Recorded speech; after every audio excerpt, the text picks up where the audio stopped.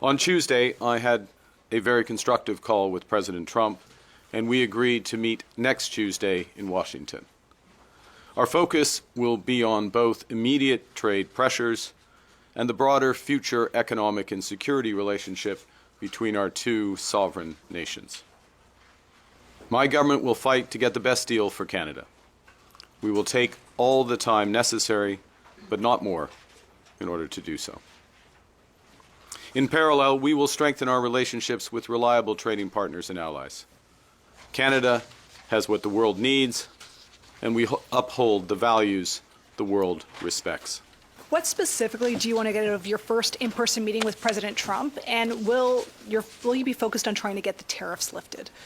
Thank you for the question. For the first meeting, as I mentioned in my remarks, and the President and I discussed when we had our constructive call, there are two sets of issues. There are the immediate tariffs, both sectoral and so-called reciprocal and fentanyl tariffs, and then there is the broader relationship. So addressing both sets of issues.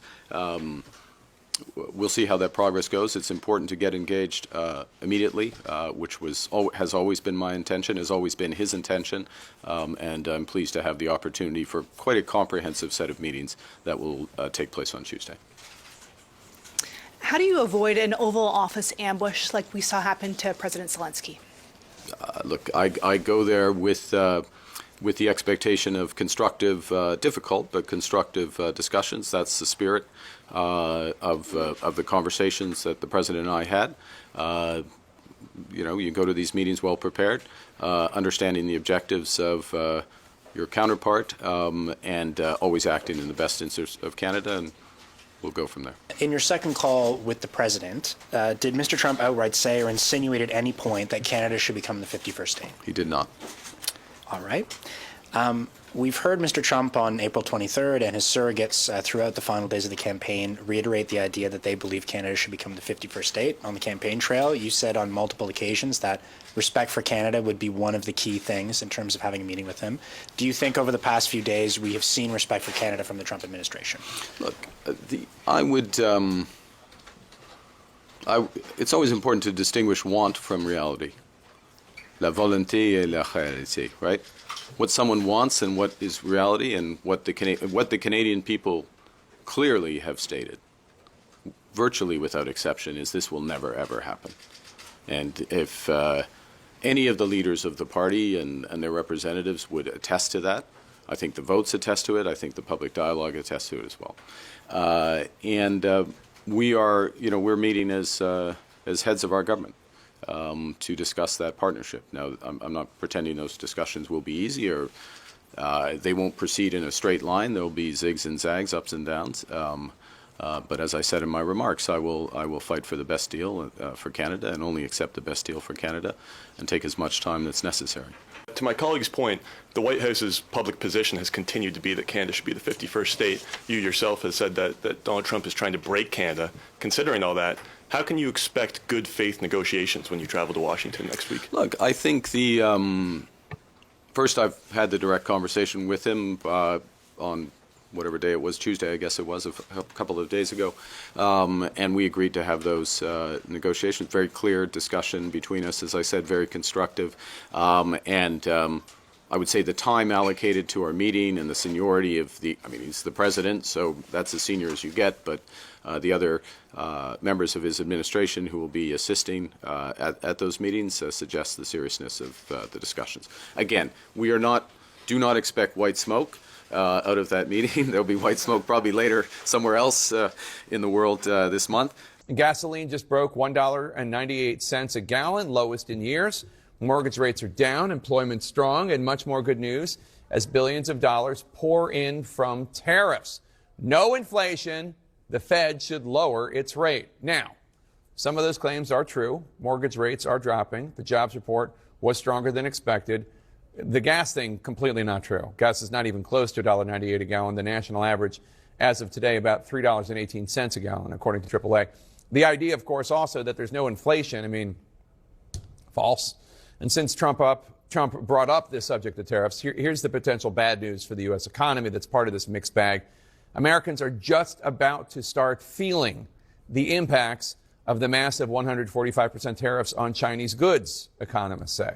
Ships carrying Chinese goods with tariffs will start arriving next week.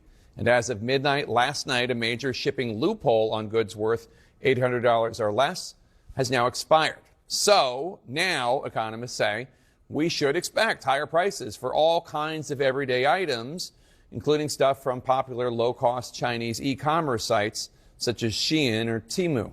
Let's go to Trump just telling NBC News that it's okay if America enters a short recession thanks to his trade war. Are you comfortable with the country potentially dipping into a recession for a period of time if you are able to achieve your long-term goals? Well, you know, you say some people on Wall Street say, well, I tell you something else. Some people on Wall Street say that we're going to have the greatest economy in history. Why don't you talk about them? Because some people on Wall Street say this is the greatest thing that ever happened. Well, that's what I'm getting at. That's what I'm getting at, though. It's the same question. Yeah, there are many people on Wall Street say this is going to be the greatest windfall ever happened. And that's my question. Remember the this. long term. Yeah. Is it okay in the short term to have a recession? This. Look, everything's okay. What we are, I said, this is a transition period. I think we're going to do fantastically. Of course, Trump has promised an economic boom on day one. As for a windfall from those tariffs, if that's what he's referring to, that's not something people on Wall Street have thought about, at least in terms of a windfall. His word, it all comes as one of the nation's biggest industries tonight is sounding the alarm, warning that hundreds of businesses are shuttering and tens of thousands of jobs will be gone with empty store shelves because of Trump's trade war. That is not just a minor recession. It is the warning tonight from the footwear industry.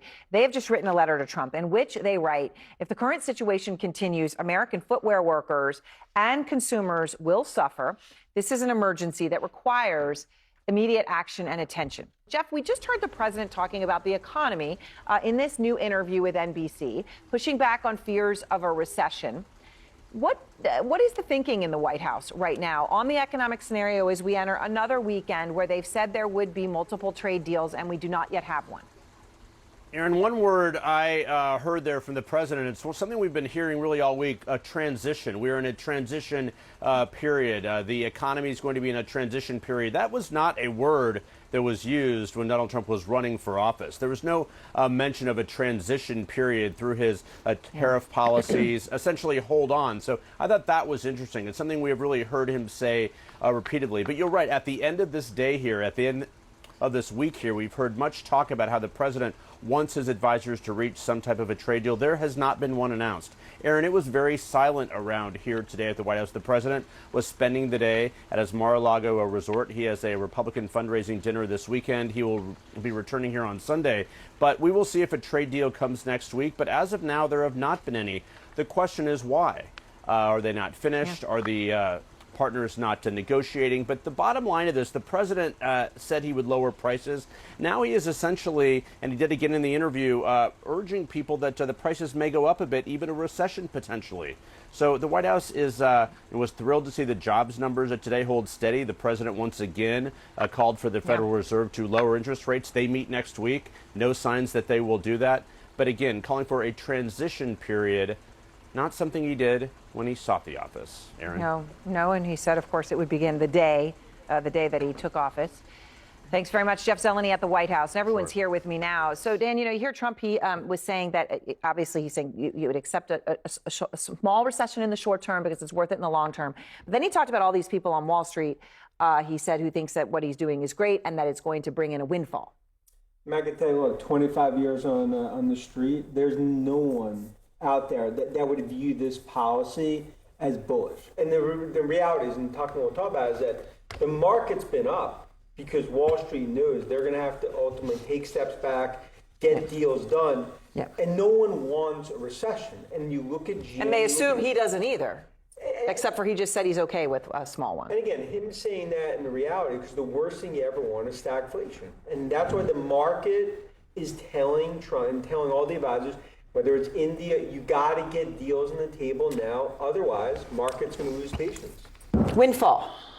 You know, Everyone's I talking find, about you know what, it's baffling. I'm sitting there trading the market every day. We've had 9 days of an incredibly bullish market, right? Advances versus declines have been up, and we've regained, we've regained some numbers. Yes. Since, you know, everybody keeps saying that we've regained all the numbers since Liberation Day. It's not true. There are, so much of, first of all, confidence hasn't been eaten away. There are a lot of stocks that are not up the exact same amount as the indices are up, right? That's clear, right? Some of the bigger names, even in tech.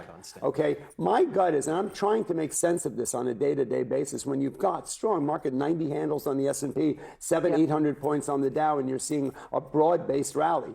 And it's baffling to me that we are here, but the only way I could interpret it is that Wall Street is a leading indicator. Well, because they think that he is going to back off and end this because it's not good for the economy. But it's a game of poker, right? I mean, Yeah, but I'm hoping, you know, you'll often see the market and the economy go in concert. Sometimes they diverge, and sometimes Wall Street is what takes us out of this stuff. And my hope is that this rally we're seeing is what pulls us out. That works if it's the wealth effect. If you get more, if people's they see their stock market, they see their portfolio goes up, therefore they feel wealthier, and as they feel wealthier, they go into a consumer spending. The problem in this case is that absent the market gains, there's nothing else there underpinning it. It's a hope and a prayer that's really pushing the market. And mainstream America is not making money in the market. And if you they're not in the market that way. If you look at, let me just give the president the benefit of the doubt. If you talk about a transitional period, yes, Reagan had a recession in 81, 82. Thatcher had a recession in the first few years. But they had solid economic policies based on monetarism, love it or hate it. Right. That required. Canada's new prime minister is making it clear that while there are constructive paths with Trump, it's not necessarily going to end well for him if he keeps on acting like he's acting. And look, I wasn't even a supporter of Carney. I supported Jagmeet Singh in the NDP.